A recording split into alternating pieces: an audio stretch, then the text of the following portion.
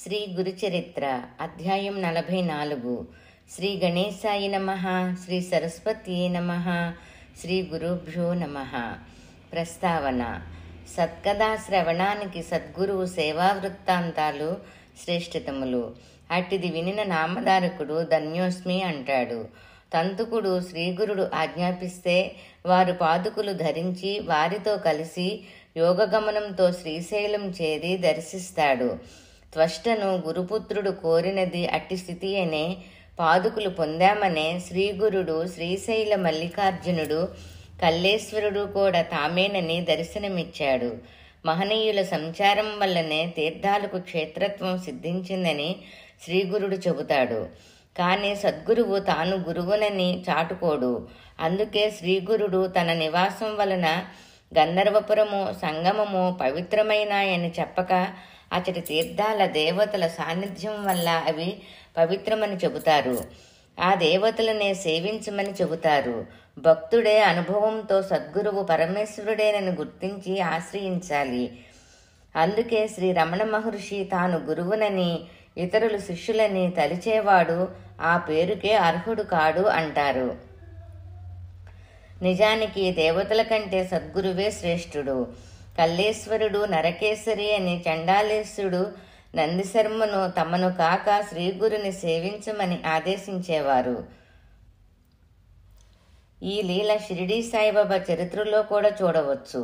శ్రీకృష్ణుని విశ్వరూపములో లాగా సకల దేవతలు విశ్వరూపుడైన సద్గురుని అందుంటారు.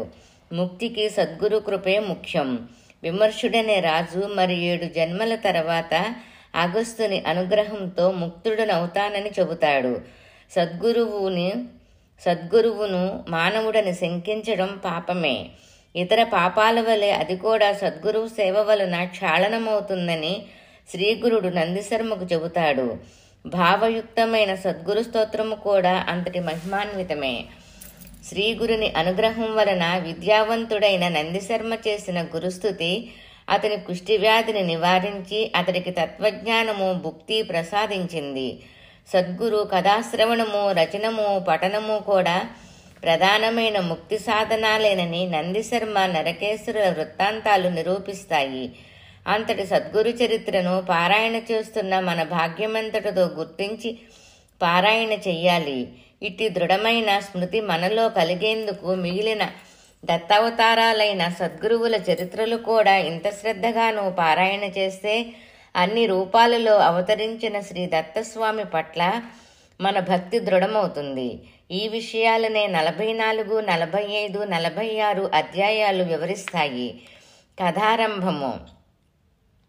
నామధారకుడు నమస్కరించి, స్వామి మీ గురిని లీలలింకొకటి వివరించండి.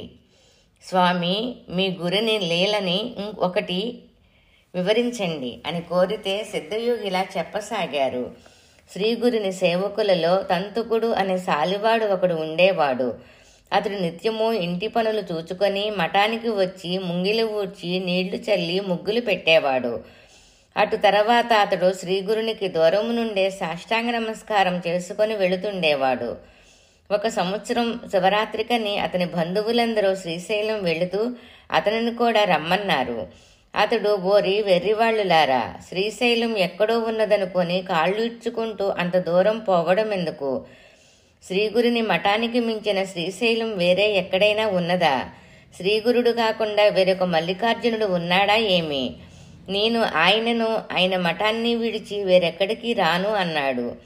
అతన్ని ఏమీ తెలియని మూర్ఖుడని పరిహసించి వాళ్ళందరూ యాత్రకు వెళ్ళిపోయారు. అతడు వాళ్ళందరినీ సాగనంపి గురుసేవ చేయడానికి మఠానికి చేరుకున్నాడు. స్వామి అతనిని పలకరించి, నాయనా మీ వాళ్ళందరూ శ్రీశైలం యాత్రకు పోతుంటే నువ్వొక్కడవే వెళ్లకుండా ఉండిపోయావేమి అని అడిగారు. తంతుకుడు చేతులు కట్టుకొని, మహాత్మా మా వాళ్ళందరూ మూర్ఖత్వం వలన ఆ క్షేత్రములో ఉన్న ఒక రాయిని చూడ్డానికి వెళ్లారు కానీ మీ పాదాలలో లేని క్షేత్రమేమున్నది అని చెప్పి నమస్కరించి తన నిత్యసేవకు ఉపక్రమించాడు. తర్వాత శివరాత్రి వచ్చింది. తంతుకుడు ఆనాడు ఉపవాసం ఉండదలిచి మధ్యాహ్నం సంగమానికి వెళ్లి స్నానం చేశాడు. తర్వాత అక్కడ అనుష్ఠానానికి వచ్చి ఉన్న శ్రీగురునికి నమస్కరించి ఒక ప్రక్కగా ఆయన వద్ద కూర్చున్నాడు. కొద్దిసేపటికి స్వామికి అతనిపై దయ కలిగి, ఏమిరా, మీ ఇంట్లో అందరూ మల్లికార్జున స్వామి దర్శనానికి శ్రీశైలం వెళ్లడం వలన ఇంట్లో పాపం నువ్వొక్కడవే ఉన్నావు కాబోలు.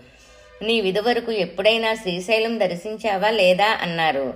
తంతుకుడు, స్వామి, ఏలిన వారి పాదాలు తప్ప నేనింకేమీ ఎరగను. తీర్థయాత్రలన్నీ నాకు మీ పాదసేవలోనే ఉన్నాయి అని దృఢమైన విశ్వాసంతో బదులు చెప్పాడు. ఈరోజు అక్కడ బ్రహ్మాండమైన ఉత్సవం జరుగుతున్నది. నీవెప్పుడు చూడలేదు కదా, నీవు కూడా వెళ్తే బాగుండేది అన్నారు శ్రీగురుడు. అతడు, స్వామి, నాకు దాని మీద అంత ప్రీతి లేదు. అయినా మీరు అంతగా చెబుతున్నారు కనుక ఎప్పుడైనా మీరు చూపిస్తే చూడాలని ఉన్నది అన్నాడు. శ్రీగురుడు అతని మనోనిశ్చయానికి అబ్బురుపడి అతనిని ప్రేమగా దగ్గరకు పిలిచి, నీవే మా నిజమైన భక్తుడువు కనుక నీకిప్పుడే శ్రీశైలం దర్శనం లభిస్తుంది. నీవే మా నిజమైన భక్తుడువు కనుక నీకిప్పుడే శ్రీశైల దర్శనం లభిస్తుంది. నీవు ఈ మా పాదుకులు గట్టిగా పట్టుకొని కన్నులు మూసుకో అని ఆదేశించారు. అతడు చిత్తమని అలానే చేశాడు. అప్పుడు శ్రీగురుడు అతనిని క్షణకాలంలో శ్రీశైలంలోని పాతాళగంగ ఒడ్డుకు చేర్చి అతనిని కళ్ళు తెరవమని చెప్పారు. అతడికి ఆ క్షణకాలం నిద్ర తూగినట్లయింది. అతడు కళ్ళు తెరిచి చుట్టూ చూచి మొదట భయపడ్డాడు. శ్రీగురుడు నవ్వుతూ, భయపడతావెందుకు? ఇదే శ్రీశైలం. నువ్వు వెంటనే క్షౌరము, స్నానము మొదలైనవి పూర్తి చేసుకుని శ్రీ మల్లికార్జున స్వామిని దర్శించుకుని రాపో అని హెచ్చరించారు. తంతుకుడు శ్రీగురునికి నమస్కరించి ఆయన చెప్పినవన్నీ పూర్తి చేసుకుని మల్లికార్జునుడి దర్శనానికి వెళుతుండగా దారిలో ఒక చోట అతని బంధువులు ఎదురయ్యారు. వాళ్ళు అతనిని చూచి ఆశ్చర్యపడి, ఏమయ్యా, నీకు ఆ స్వామి సేవ తప్ప మరే యాత్రలు అక్కర్లేదన్నవాడివి మళ్ళీ మా వెనుకనే ఈ క్షేత్రానికి వచ్చావేమి అని ఎగతాళి చేశారు. వారితో తంతుకుడు, నేను నిజం చెబుతున్నాను. ఇంతకు కొద్ది ముందే సంగమంలో స్నానం చేశాను. కానీ శ్రీగురుడు ఇంతలో నన్ను ఇక్కడకు తీసుకువచ్చారు. అంతేకాని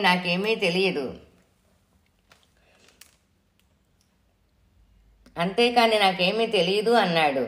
కానీ అతని మాటలు ఎవరూ నమ్మలేదు. వీడు మనకు కనిపించకుండా మన వెనుకనే వచ్చి ఉండాలి అనుకున్నారు. తంతుకుడు అదేమీ పట్టించుకోక గంధము, పువ్వులు, అక్షింతలు, బిల్వదళాలు తీసుకొని లింగార్చనకు వెళ్ళాడు. కానీ అక్కడ అతనికి మల్లికార్జున లింగానికి బదులు ఆ స్థానంలో శ్రీగురుడు దర్శనమిచ్చారు. అతడి భక్తులు అర్పిస్తున్న పూజలన్నీ ఆయనకే చెందుతున్నట్లు అతనికి దర్శనమైంది. అతడు మొదట ఒక క్షణకాలం ఆశ్చర్యచకితుడయ్యాడు. కానీ మరలా అంతలో తెలివి తెచ్చుకొని శ్రీగురుడు సాక్షాత్తు శంకరుడే కదా అని సమాధానపడ్డాడు. తర్వాత మల్లికార్జునకు పూజ చేసుకుని పొంగి పొర్లుతున్న సంతోషంతో పాతాళగంగ వద్దకు చేరాడు. శ్రీగురుడు అక్కడ యథాపూర్వం కనిపించి, నీవింకా కొంతసేపు ఇక్కడ ఉండి మీ వాళ్లతో కలిసి వస్తావా లేక మాతో వస్తావా అని అడిగారు. తంతుకుడు, మహాత్మా, నేడొక గొప్ప విచిత్రం చూచి వచ్చాను.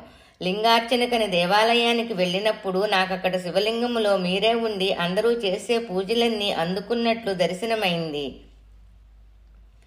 తల క్రింద కొండను ఉంచుకొని గులకరాళ్ల కోసం చుట్టూ గాలించేవారిలా దగ్గరనున్న మిమ్మల్ని విడిచి వీళ్లంతా ఇంత దూరం ఎందుకు వస్తున్నారో నాకు తెలియడం లేదు.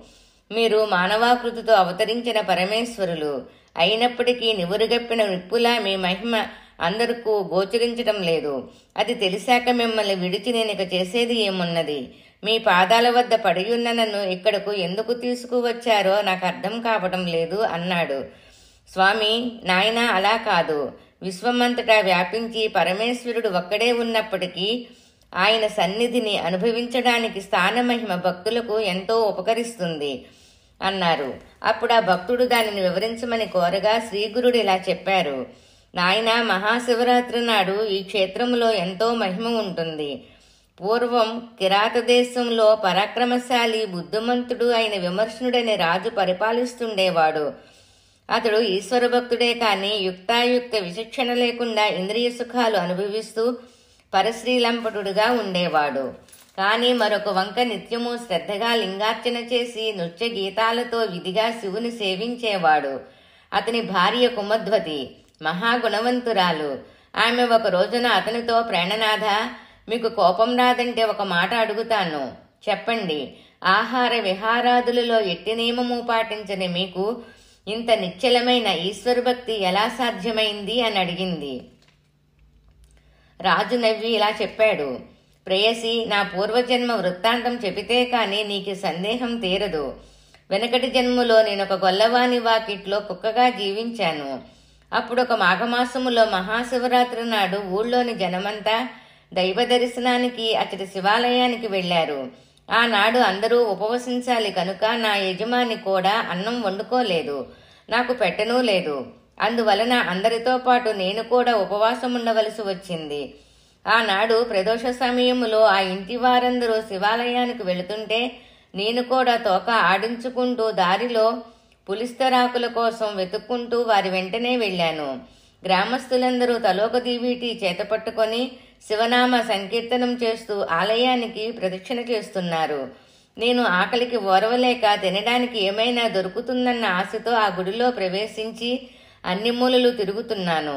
నేను లోపలికి చూచేసరికి అతడి శివలింగం నా కంటబడింది. ఇంతలో పూజ చేస్తున్న అర్చకులు నన్ను చూచి కుక్కను కొట్టండి అని కేకలు వేశారు. నేను పారిపోవాలని చూచాను, కానీ సింహద్వారం దగ్గర సందు లేకుండా జనం మోగడంతో నాకు దారి చిక్కలేదు. కొందరు కర్రలు చేతపట్టుకొని తరుముతుంటే నేను వారి భారీ నుండి తప్పించుకోవాలని 3 సార్లు ఆలయం చుట్టూ పరిగెత్తాను. చివరికి అతడి జనం నన్ను బలంగా బాదడంతో నేను ద్వారం వద్ద పడిపోయి ప్రాణం విడిచాను. ఈ రీతిన నేను తెలియకనే ఉపవాసం ఉండి శివపూజ దర్శించి ప్రదక్షిణలు చేసిన పుణ్యము ఆర్జించాను. ఆలయ ద్వారం వద్ద నిలిచిన వారి చేతిలో దివీటులను దర్శించి శివుని సన్నిధిలో ప్రాణం విడిచాను. అందువలననే నాకిప్పుడు ఇంత మాత్రమైన జ్ఞానము రాజ్యము లభించాయి. అయినప్పటికీ నాటి కుక్క బుద్ధి మాత్రం నన్నింకా వదలలేదు. అందుకే నేను ఇప్పటికీ నా నడవడి తప్పు అని తెలిసినా మార్చుకోలేకున్నాను. కుమద్వతి ఆ వృత్తాంతం విని ఆశ్చర్యపడి అతని పాదాలకు నమస్కరించి, ప్రాణనాథ, శివానుగ్రహం వలన మీరు సర్వజ్ఞులయ్యారు. దయతో నా వెనకటి జన్మల గురించి తెల్పండి అని వేడుకున్నది. విమర్శనుడు నవి, ప్రేయసి, పూర్వం శ్రీశైలంలో నువ్వొక పావురంగా ఉన్నావు. నువ్వొక రోజు అడవిలో మాంసం ముక్కున కరుచుకొని పోతుండగా ఒక డేగ దానిని లాక్కోదలిచి నిన్ను తరిమింది. నీవు ప్రాణభీతితో మల్లికార్జునుని ఆలయ గోపురం చుట్టూ ఎగిరావు. చివరికది నిన్ను చంపి మాంసం ముక్కను ఎత్తుకుపోయింది. ఆనాడు నువ్వు ఆలయానికి ప్రదక్షిణ చేసి ఆ క్షేత్రములో మరణించడం వల్ల నీవీనాడు రాణిగా జన్మించావు అని చెప్పాడు. నాటి నుండి ఆమె మరింత భక్తితో శివుని పూజించగలనని చెప్పి, నాథ, ముందు జన్మలలో మనకేమి జరుగునున్నదో కూడా సెలవయ్యిండని కోరింది. అప్పుడు రాజు ఇలా చెప్పాడు, సఖీ, నేను సింధు దేశములో రాజకుమారుడిగా జన్మిస్తాను. నీవు సంజయ దేశ రాజకుమార్తెగా జన్మించి నా భార్య అవుతావు. ఆ పై జన్మలో నేను సౌరాష్ట్ర దేశానికి రాజునవుతాను.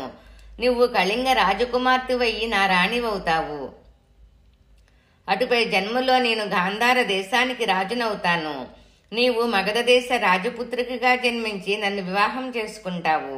ఆ తర్వాత జన్మలో నేను అవంతి రాజకుమారుడిగా జన్మించినప్పుడు నీవు దశార్ణ దేశములో రాజకుమార్తెగా జన్మించి నా పట్టమహిషివవుతావు.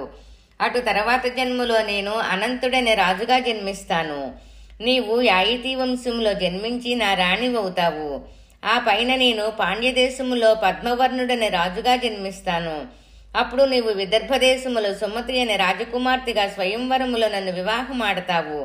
అప్పుడు నేను సర్వశాస్త్రాలు నేర్చి దేవతలను బ్రాహ్మణులను పూజిస్తూ దాన ధర్మాలు చేసి చివరకు వృద్ధాప్యములో అగస్త్య మహర్షి వలన సన్యాసాశ్రమం తీసుకొని మరణించాక నీతో కలిసి జన్మరహత్యం పొందుతాను. ఇంతటికి కారణం శ్రీశైల మల్లికార్జునుని అనుగ్రహమే కనుక మనం శ్రీశైలం దర్శించి వద్దాము అని చెప్పి కుమద్వతితో కలిసి యాత్ర చేసి వచ్చాడు. కనుక తంతుక తెలియకనే ఈ క్షేత్రములో చేసిన ప్రదక్షిణం వలన ఒక పావురానికి రాణి పదవి, తర్వాత మోక్షము కలిగాయి. నీకిప్పుడు ఈ సంగతి తెలిసింది కనుక నేటి నుండి నీవు నిరంతరము ఈశ్వరుణ్ణి ఆరాధించు. గంధర్వ నగరములో ఈ మల్లికార్జునునితో సమానమైన మహిమగల కల్లేశ్వరుడు ఉన్నాడు. నీవు నిత్యము ఆయనను ఆరాధించు అని చెప్పారు. తంతుకుడు, స్వామి మీరిందుకలా చెబుతున్నారు నాకు తెలియడం లేదు. మల్లికార్జుని స్థానములో నాకు దర్శనం ఇచ్చింది మీరే కదా. సర్వవ్యాపకులు పరంజ్యోతి స్వరూపులు అయిన మీ పాదాలను ఆశ్రయించిన నన్ను వేరుగా శివార్చన చేయమంటారేమిటి? మీరు కాక వేరొక దైవమున్నాడా ఏమీ అని గురుపాదాలకు నమస్కరించాడు. శ్రీగురుడు అతనితో పాదుకులు విడవకుండా పట్టుకోమని చెప్పి రెప్పపాటులో గంధర్వపురం వద్ద సంగమానికి అతన్ని తమతో కూడా చేర్చారు. వీరిద్దరూ శ్రీశైలంలో ఉన్న సమయములో పురవాసులెందరో నృసింహ సరస్వతి స్వామి దర్శనం కోసం మఠానికి సంగమానికి వచ్చి పవిత్రమైన మహాశివరాత్రి నాడు వారి దర్శనం ఎక్కడా లభించక నిరాశతో తిరిగిపోయారు. తర్వాత ఆ సంగతి వినగానే శ్రీగురుడు వారందరినీ పిలుచుకురమ్మని తంతుకుని గ్రామానికి పంపారు. అందరూ అతనిని చూచి ఆశ్చర్యంతో నీవు మహాశివరాత్రి నాడు తల గొరిగించుకున్నావేమి అని ఎగతాళి చేశారు. అతడు జరిగినదంతా పూసగుచ్చినట్లు చెప్పి అందుకు తార్కాణంగా శ్రీశైలం నుండి తాను తెచ్చిన ప్రసాదము పువ్వులు చూపాడు. వాళ్ళది నమ్మలేక ఆ రోజు మధ్యాహ్నం కూడా నిన్ను మీ ఇంటి దగ్గర చూచాము. నువ్వు చెప్పేది నిజం కాదు. ఈ పువ్వులు ఇంకెక్కడి నుంచి తెచ్చావులో పో, ఈ పువ్వులు ఇంకెక్కడి నుంచో తెచ్చావులే పో అన్నారు. అప్పుడు అతడు తనను రెప్పపాటులో శ్రీగురుడు శ్రీశైలం తీసుకువెళ్లి వచ్చిన సంగతి చెప్పి ఇప్పుడు స్వామి సంగమ తీరములో ఉన్నారు, మిమ్మల్ని పిలుచుకురమ్మన్నారు, కావాలంటే వారిని అడగండి అని చెప్పాడు. శ్రీగురుని మాహత్యం ఎరిగిన ఆ భక్తులు నమ్మారు. వెంటనే అందరూ శ్రీగురుని దర్శించి ఆ రూపంలో తమకు కూడా మల్లికార్జునుడే దర్శనమిచ్చారని స్తుతించారు. తర్వాత 15 రోజులకు శ్రీశైల యాత్రకు వెళ్లిన పురవాసులు తిరిగి వచ్చి ఆ క్షేత్రములో తాము తంతుకును చూచామని చెప్పారు. అంతవరకు అతని మాటలు నమ్మని వారు కూడా తంతుకుడు చెప్పినది వాస్తవమని తెలుసుకున్నారు. తంతుకుడు యావజ్జీవము స్వామిని సేవించి చివరకు ముక్తి పొందాడు. శ్రీగురుని మాహత్యం ఎంతని చెప్పగలము. శ్రీ దత్తాయ గురువే నమః. శ్రీ శ్రీపాద శ్రీ వల్లభాయ నమః. శ్రీ నృసింహ సరస్వత్యై నమః. 44వ అధ్యాయము పారాయణ ఫలితము. క్షేత్ర యాత్ర భాగ్యం కొరకు శ్రీ దత్తాత్రేయార్పణమస్తు.